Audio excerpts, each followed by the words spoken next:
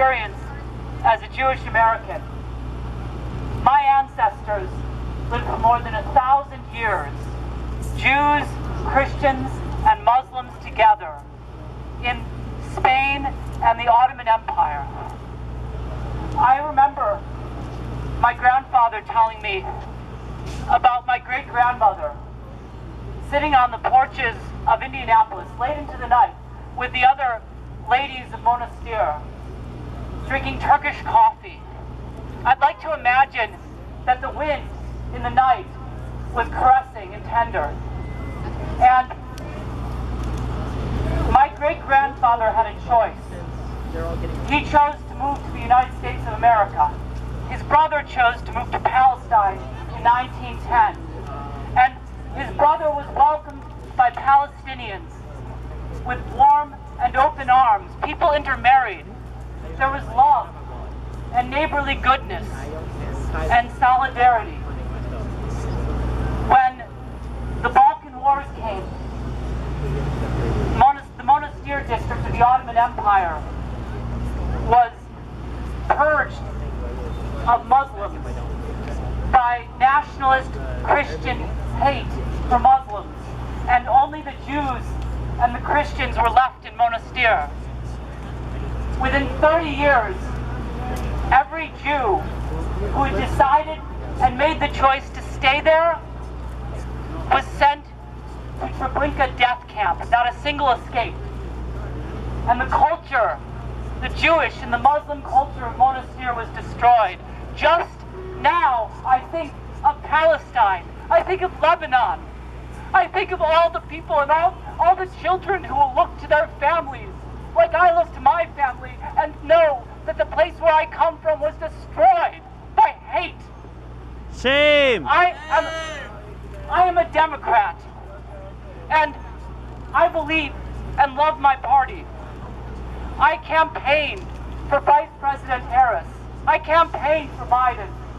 I believe that the decency of our party would destroy hate and genocide. And I was so proud of Biden when he made regulations against drone strikes.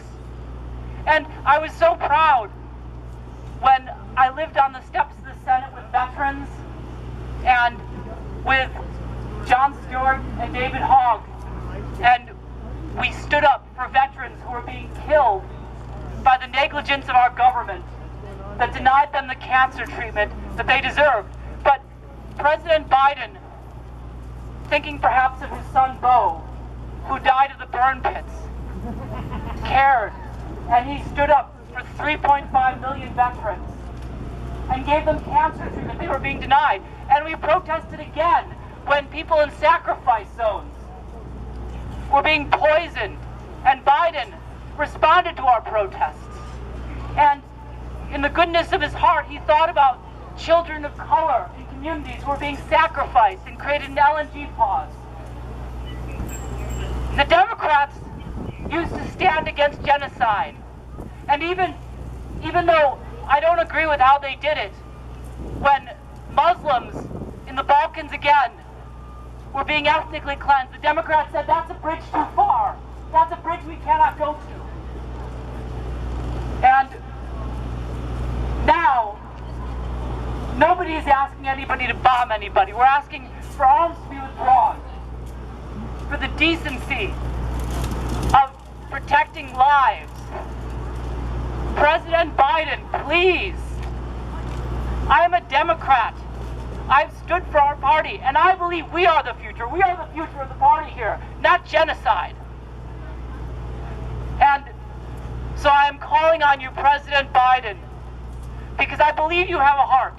I really do. And I believe that you care. And I believe that you are a person who is strong, who can stand up to the moneyed interest. What do you owe the moneyed interest, President Biden? Follow your heart. Think of what Beau would want you to do. Think about what the children in sacrifice zones would do.